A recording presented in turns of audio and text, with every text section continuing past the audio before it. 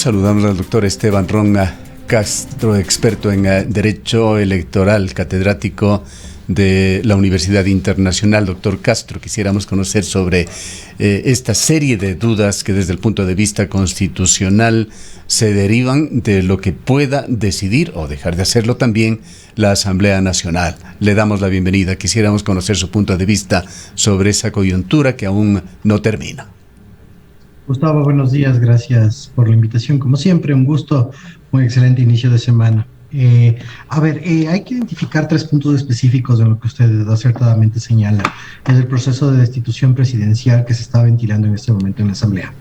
Tiene 3 fases para hacerlo más didáctico y dinámico. La primera es la petición, ¿sí? Esta petición debe tener al menos un respaldo de un tercio del total de asambleístas, es decir, 46 asambleístas. Esto ya sucedió. Fue presentado por todo el bloque de UNES.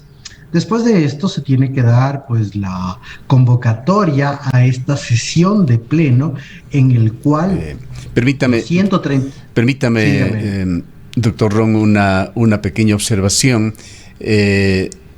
Hay este tema de los asambleístas de UNES, 47 me parece, que lo hicieron a través de sus cuentas en redes sociales, particularmente Twitter, ese compromiso de presentar su renuncia. Pero esto, entendemos, no se ha concretado dentro de la Asamblea. ¿Cuál es el orden que debería seguir este punto en particular para que continúe con su relato? Ok, lo haré de manera complementaria, estimado Gustavo. Gracias. Con todo gusto, ¿sí?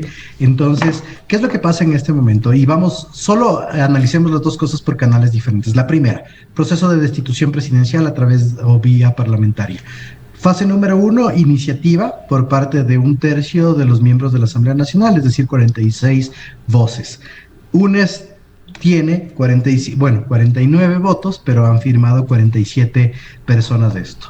Presidente Saquicela, presidente de la Asamblea, tiene que convocar a la sesión, que es lo que estamos en este momento, en la cual pueden intervenir los 137 asambleístas por un lapso de 10 minutos, hasta que esto se termine. Hasta el día de ayer, 72 asambleístas han intervenido hasta el día de ayer en la noche, y esto se va a continuar el día de mañana. Y una vez que se cierra este debate parlamentario, la Asamblea tiene 72 horas para votar a favor o en contra de la destitución. Es decir, habrán 2 proyectos sobre la destitución, al cual se irán adhiriendo bloques o asambleístas de manera individualizada. Eso por un lado, y nosotros nos encontramos en este momento en la fase número 2, es decir, el debate parlamentario de la participación de la totalidad de asambleístas. Renuncia versus, este es el punto número 2, Gustavo, que usted me consultaba, renuncia versus poner a disposición el cargo. La Ley Orgánica de la Función Legislativa y la Ley Orgánica del Servicio Público establecen diversas formas en las cuales uno puede terminar, digamos así, sus labores. Para efectos de los asambleístas se requiere de una renuncia expresa y voluntaria. En este caso, las 46 voces de UNES lo que dijeron es: pongo a disposición mi cargo. Esto no es una renuncia, y yo ya le he dicho inclusive en otros medios de comunicación, esto no va a traer ningún efecto jurídico. Lo que ellos están haciendo es un acto político, es decir, firmo la iniciativa de destitución presidencial vía parlamentaria y pongo a disposición mi cargo. Es decir, se están adelantando o lo que viene hacia futuro. ¿Qué es lo que pasaría si es que esta destitución se materializa? ¿Sí? Ellos están diciendo con esto de que, miren, a mí no me importa quedarme como asambleísta a efectos de que se dé la destitución. Recordemos además otra cosa, que la naturaleza de los asambleístas y la modalidad, digamos así, a través de la cual se genera su relación laboral es el voto ciudadano, ¿no es cierto? Son personas elegidas por voto popular. No es que son designados por parte de alguna autoridad competente. Entonces, ellos no pueden poner el cargo a disposición de nadie, ¿sí? No es que ellos ponen el cargo a disposición del presidente de la Asamblea, que es la máxima autoridad administrativa, sino que ellos lo único que están haciendo aquí es un acto político. Diferente sería, estimado Gustavo, que existe una renuncia expresa y voluntaria. Ya hemos tenido renuncias expresas y voluntarias. Caso de César Ron, Por ejemplo, cuando él se separó de la legislatura, presentó una renuncia a su cargo de asambleísta y se posesionó al suplente. En este caso, esa disposición de cargo no trae ningún efecto jurídico. Lamentablemente, y solo para efectos de irradiación de discurso político, el asambleísta Cordero y el asambleísta Villavicencio han empezado con estos actos de solicitar al CNE quiénes son los alternos y certificar las renuncias y demás. Los asambleístas de UNES, y no por defenderlos, pero fueron clarísimos, dijeron pongo a disposición el cargo. Obviamente es un tema estrictamente retórico que no trae ningún efecto jurídico, ni tampoco ningún efecto político, pero no va a generar absolutamente nada, Gustavo, porque otra cosa es la renuncia voluntaria y expresa.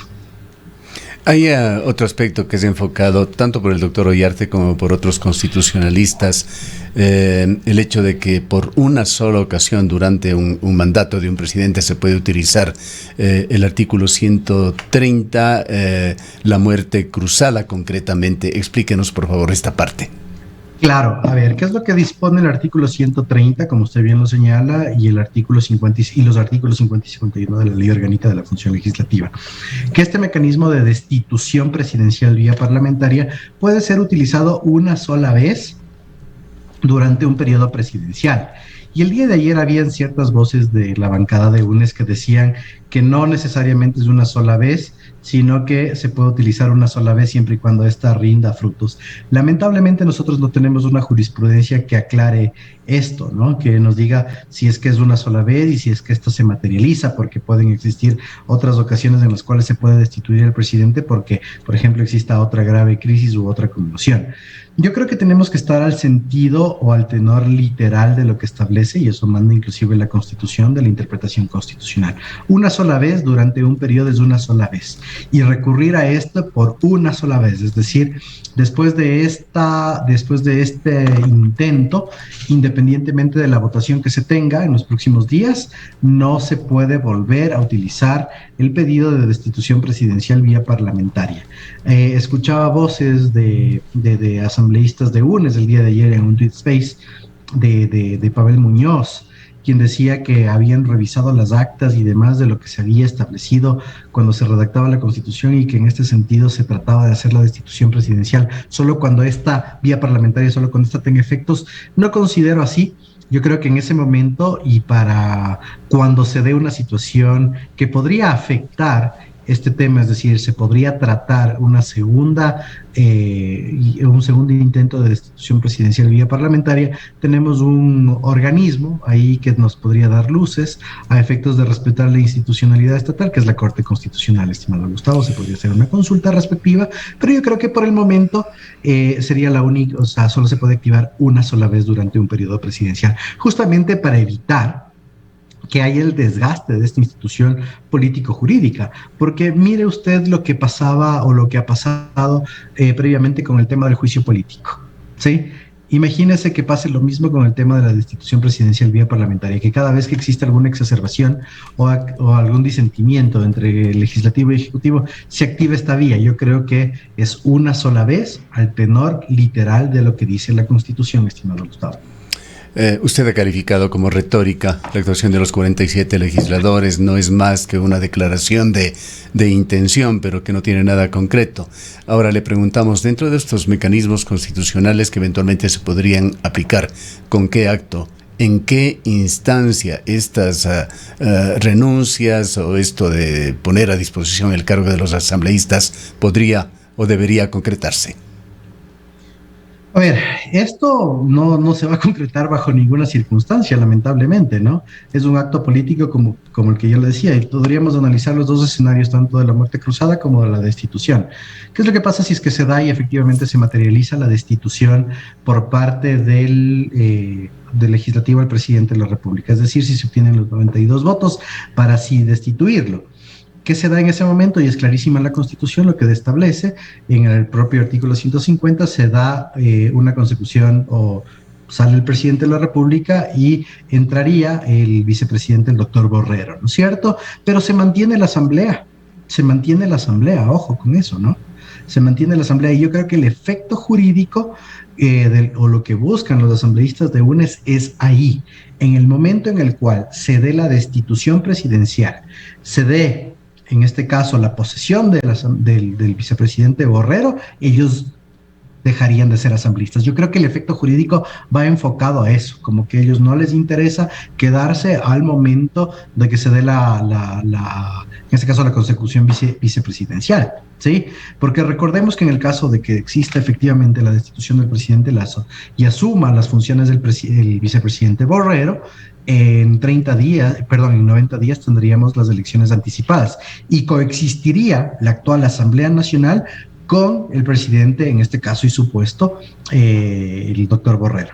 Diferente es el caso de la muerte cruzada, ¿sí? La verdad, la que sí se denomina muerte cruzada, que es por iniciativa presidencial, que es cuando el presidente de la República, efectivamente, por la falta de gobernabilidad, a través de un decreto ejecutivo, dispone la disolución de la Asamblea. En ese momento, la Asamblea deja de existir y se queda solo el primer mandatario gobernando por 6 meses a través de decretos ejecutivos con control constitucional. Entonces ahí no tenemos ninguna acción por parte de la Asamblea, Gustavo. Entonces yo creo que este tema de poner a disposición el cargo es en caso de que se dé en la destitución presidencial y que asuma la presidencia de la República el doctor Borrero, que a ellos no les interesaría ser parte de esa asamblea mientras el señor Borrero, o el doctor Borrero, perdón, esté como presidente de la República. Yo creo que ese es el único efecto que ellos han tratado de realizar, porque bajo ninguna circunstancia, y eso ya se lo he dicho inclusive en medios de comunicación y a través de las declaraciones de los asambleístas, como les decía, el asambleísta Cordero y el asambleísta Villavicencio, no se ha verificado una renuncia en la Secretaría General de la Asamblea Nacional, porque efectivamente no lo han hecho. No lo han hecho y hay que ser clarísimo, no lo han hecho. Ha sido un acto estrictamente retórico y político por parte de la bancada de Güemes. Si es que usted ha seguido el desarrollo de lo que se está dando en la Asamblea, en esta larga sesión que continuará, ¿cuál es su criterio, su percepción sobre hacia dónde va a desembocar esto? Lamentablemente nosotros no sabemos, y al menos en la política ecuatoriana no sabemos qué va a pasar hasta los 5 últimos minutos antes de una votación, ¿cierto? Yo he dicho en otros, y siguiendo lo que usted dice, las declaraciones de la Asamblea, es muy difícil ver la realidad de lo que está pasando porque, y no tengo ningún empacho en decirlo, las incoherencias a veces discursivas por parte de ciertos legisladores ni siquiera nos permiten ver hacia dónde va a ir su votación, sino que tenemos que esperar a las decisiones de su bloque o a las decisiones, en este caso, de sus líderes, ¿sí? El día de ayer, por ejemplo, era muy complicado ver hacia dónde iba, no sé, la votación del presidente de la Comisión de Justicia, que era de la IDE y demás. Entonces, uno no sabe para dónde irse. Yo lo que he dicho es que en este ejercicio efectivo del respaldo o no respaldo a la destitución presidencial, lo que se tiene que hacer es una cuenta inversa, ¿sí? No sumar votos para lograr la destitución presidencial, sino restar votos de quienes apoyan al presidente Lasso en virtud de su clave y objetividad. Y los votos con los que contamos son con los que cuentan en este momento el presidente Lasso son los siguientes: 137 asambleístas menos 15 asambleístas del bloque del Partido Social Cristiano, quienes ya han dicho que no van a votar por la destitución presidencial, más 13 asambleístas de Creo, y prefiero no poner al BAN ahí, no poner a la bancada del Acuerdo Nacional, porque ya hemos visto 2 votaciones en las cuales el BAN ha tenido un split en la votación, ¿sí? Previas, igual en actos legislativos, pero igual no hay que confiarse, y 10 votos de la izquierda democrática, los cuales suman un total de 38 votos. ¿Sí? Entonces, 137 asambleístas menos los 38 votos que tiene favorables el presidente Lasso, digamos así, o sea, que no van a votar por la destitución, nos da un universo todavía de 99 votos que podrían estarse jugando y que podría haber la posibilidad todavía de la destitución. Pero si nos vamos al otro lado, y ahí sí hacemos el conteo normal de votos, contamos específicamente fijos con los 49 de UNES. Porque ya vemos lo que está pasando con Pachacutic, Gustavo. Son 27 votos orgánicos que debería Pachacutic, pero hay disidencia al interior y no sabemos si las declaraciones de Marlon Santi o las declaraciones de Salvador Quispe van a ser las que finalmente traigan frutos. No sabemos qué va a pasar, por ejemplo, con el único asambleísta de Sociedad Patriótica, no sabemos qué va a pasar con el único asambleísta de Avanza, no sabemos qué va a pasar con Democracia Sí, en este caso con el doctor Saquicela, no sabemos qué van a pasar con los independientes, que ahora son mucho más. Entonces yo me iría a los votos fijos, ¿sí? Pero a la inversa, como le decía. Existen 99 votos, perdón, 38 votos fijos que no van por la destitución de Guillermo Lasso. Partido Social Cristiano, Izquierda Democrática y Creo. ¿Sí? Y por otro lado, existen 49 votos que son UNES que van por la destitución, los cuales nos dan un universo más o menos de 50 votos que jugar en estos días. Y eso va a ser bastante complicado y ahí sí toca sacar las tablas para ver para qué tendencia van diciendo, porque una cosa es el discurso, Gustavo, y eso lo hemos visto con usted en otras ocasiones. Yo no logro identificar discursivamente hacia dónde va el voto. Además, tendría que sentarme a sacar cada uno de los votos por lo que van diciendo los asambleístas. Y es tan difícil de tener una lectura porque, por ejemplo, en el caso de la izquierda democrática, el día de ayer se decía que habían abusos por parte del gobierno, se decía que no hay diálogo y demás, pero que van a votar a favor de la institucionalidad. Entonces, yo le veo bastante complejo. Prefiero irme por el tema objetivo, ¿sí? Existen, en este caso, 38 votos fijos a favor o a favor del presidente o en contra de su destitución y 49 fijos a favor de la destitución. Y todo lo demás se va a ir nivelando en estos días cuando se reabra el debate, estimado Gustavo. Pongámonos en el escenario de que esta iniciativa del legislativo fracase, de que no se logre destituir al presidente. ¿Puede Guillermo Lasso disolver posteriormente la asamblea luego de que fracase este intento? Claro, claro. Recordemos una cosa, Gustavo, que la muerte cruzada, la verdadera muerte cruzada, la que se le llama muerte cruzada, por iniciativa presidencial, puede activarse en cualquier momento y bajo cualquier circunstancia, ya que es una actuación unilateral del presidente de la República, cuando él considera que ya no exista más gobernabilidad, ni tampoco y también existe una conmoción. Entonces, mira lo que se dice también en redes y en algunos medios de comunicación, que el presidente tiene el decreto de la muerte cruzada, en este caso la disolución legislativa, siempre sobre su escritorio. Y no solo lo ha dicho el presidente Lasso, sí lo ha dicho el presidente Moreno, sí lo dijo el presidente Correa. Pero en ese sentido, estimado Gustavo, el presidente puede activar este mecanismo cuando él así lo desee. Es la última ratio de las decisiones políticas a efectos de cuando existe un desgobierno, una falta de gobernanza o una crisis y conmoción. Pero el presidente la puede activar cuando él así lo estime. Digamos que fracase, como usted bien decía, esta iniciativa de destitución presidencial vía parlamentaria, él tranquilamente puede activar este mecanismo de muerte cruzada. Y de hecho, a eso yo creo que la estrategia de UNES iba a eso, Gustavo. Iba a presionar a que el presidente llame a la muerte cruzada. Y también, y ahí es cuando existen las disfuncionalidades discursivas que yo le decía, ¿no? Ayer el asambleísta Villavicencio, en su intervención, señalaba y decía, yo le dije, señor presidente, que tiene que activar la muerte cruzada porque lamentablemente la Asamblea Nacional no sirve para nada. Entonces, es bastante complicado ver para dónde va, pero sí, efectivamente, el presidente puede disolver la Asamblea y quedarse gobernando por 6 meses a través de decreto ejecutivo con control de constitucionalidad en cualquier momento de su periodo. Ahora, en la contraparte, tras este intento en el escenario de que fracase también, ¿puede la Asamblea intentar una nueva muerte cruzada? A ver, la Asamblea, es decir, desde la Asamblea hacia... Uh-huh. No, yo creo que no puede activarla ya. Es clarísimo y es lo que usted decía, que el doctor Villarte así también lo ha señalado. Se puede utilizar esta vía de destitución parlamentaria una única vez, ¿sí? Una única vez dentro de un periodo presidencial e inclusive hasta un año antes de que se cumpla el periodo presidencial, porque si no, no tendría ningún sentido. Y como decía, y en caso de duda, tal vez hacer en este caso una consulta a la Corte Constitucional, pero no más de eso. Yo creo que la Asamblea Nacional ya no creo, sino estoy seguro, y la interpretación constitucional así lo establece, no puede otra vez activar. Es decir, que lo que está todavía en proceso en la Asamblea es así ya ese intento, está, digamos, que quemando este cartucho la Asamblea. Así es, lo está quemando en este momento. Y además que es un proceso todavía largo, ¿no? Ayer, solo hasta el día de ayer, 72 o 73 asambleístas terminaron sus elocuciones. Falta todavía 40 por despachar quienes han pedido todavía la palabra. Esto se reinicia mañana a las 11 de la mañana. Y después de que se cierre esa sesión, hay 72 horas o hasta 72 horas para que la Asamblea vote en virtud de una de las dos posiciones, y solo ahí tendremos conocimiento de lo que va a pasar. Pero yo creo que hasta que eso suceda, muchas cosas pueden pasar en el intermedio.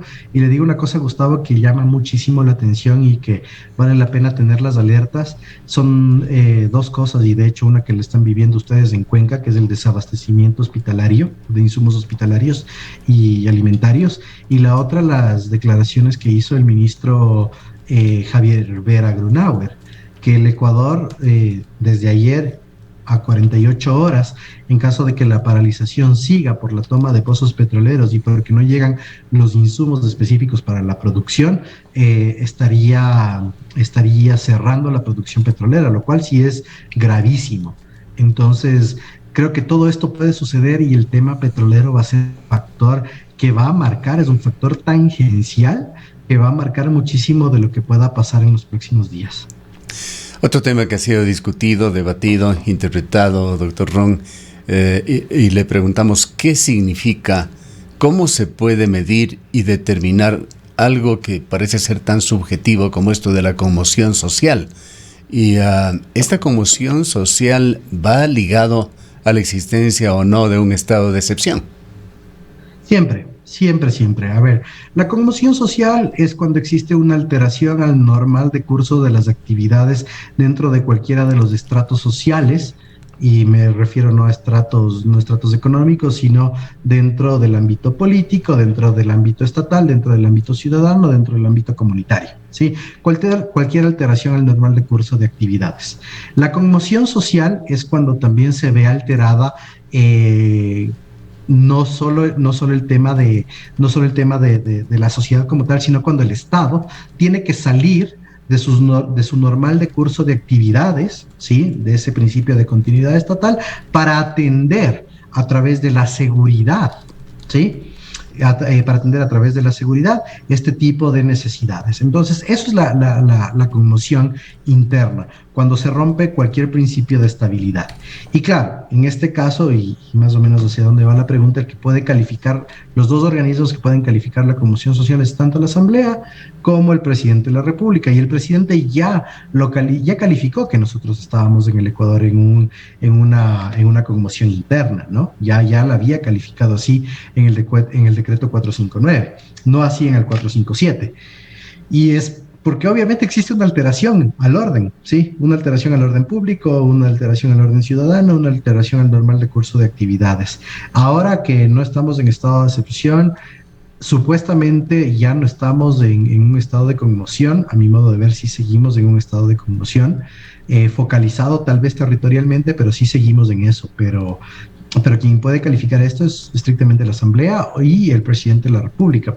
Ahora, el tema del otro punto para la destitución presidencial, que es la crisis de gobernabilidad, puede ser autocalificado por parte de la propia Asamblea o el presidente de la República, que es una crisis de gobernabilidad cuando se rompen los diálogos y el sistema de contrapesos entre ejecutivo y legislativo se ve totalmente roto cuando uno toma la palestra por sobre otro, y se podría decir que por ahí existen actuaciones dictatoriales. Eso es más o menos cómo se puede enfocar el tema de la conmoción interna y la crisis política. Ahora, una reflexión que trasciende solamente los aspectos, digamos, de blanco y negro que puede poner el marco legal. ¿Cree usted, doctor Ron, que puede resolverse el paro nacional solamente con medidas tomadas desde el Ejecutivo? ¿Podría eventualmente el presidente complacer las expectativas de las bases para que retorne a la tranquilidad sin que se dé una instancia de diálogo? No, creo que en este punto no. ¿Por qué? Porque nosotros, si vemos cómo ha evolucionado el tema de la manifestación, se pueden identificar 3 puntos o 3 fases en específica. La primera de ellas, Gustavo, es la imposición de los 10 puntos establecidos por la CONAIE, ¿no es cierto? Los 10 puntos específicos que la CONAIE señaló que eran sus demandas hacia el Ejecutivo. ¿Qué hizo el Ejecutivo en ese sentido, por otro lado? Respondió a los 10 puntos señalando 3 fases. ¿He cumplido, estoy cumpliendo o lo voy a cumplir? Eso no satisfizo los intereses de la CONAIE. Entonces la CONAIE radicaliza los 10 puntos, ¿sí? Y espera efectivamente que el gobierno nuevamente a través de un proceso negocial se rectifique sobre esos 3 puntos. ¿Qué hace el presidente de la República cuando hay la demanda de la sociedad civil? Segunda fase de este paro es que dice que él está dispuesto a realizar ese diálogo y sentarse con su gabinete.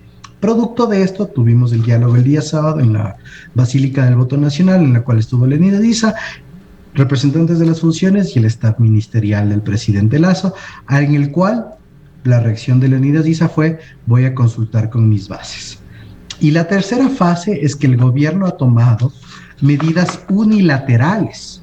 Ojo con esto, son unilaterales y así lo dijo ayer el ministro Francisco Jiménez. Son decisiones unilaterales por parte del Ejecutivo de las 10 o sobre las 10 demandas y que realmente acontecen en 4 de ellas. La primera, ya vemos que es la baja del costo de la gasolina extra y ecopaís y del diésel en 10 centavos cada uno de ellos, que efectivamente ya la CONAIE se ha pronunciado y ha dicho que no es suficiente porque la demanda de ellos era superior a esta, 65% y 37% respectivamente.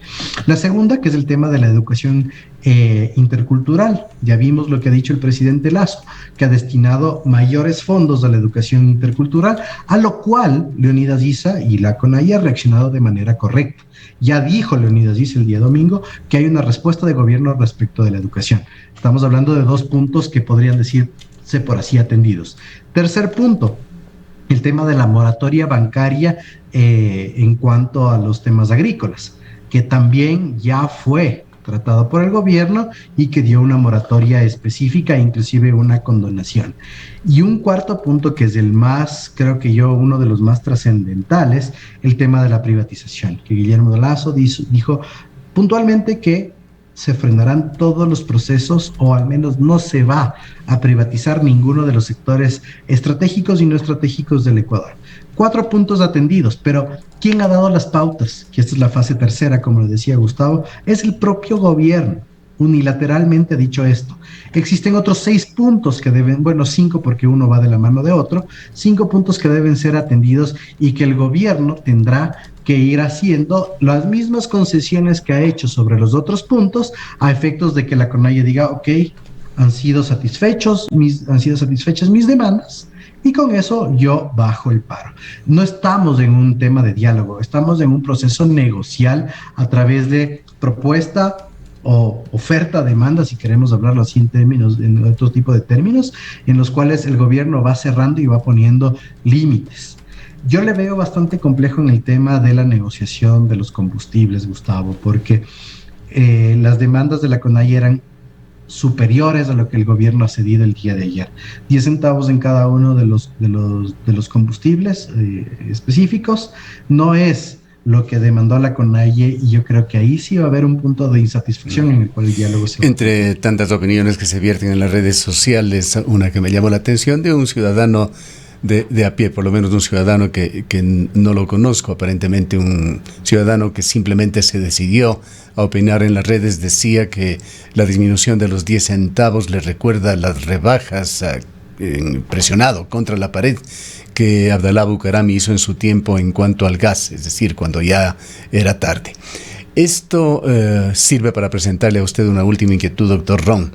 Sin desconocer la intención de acercamiento de las partes del gobierno, esta estrategia de ir entregando medidas por partes o anunciando medidas por partes, ¿es la mejor para llegar a una solución?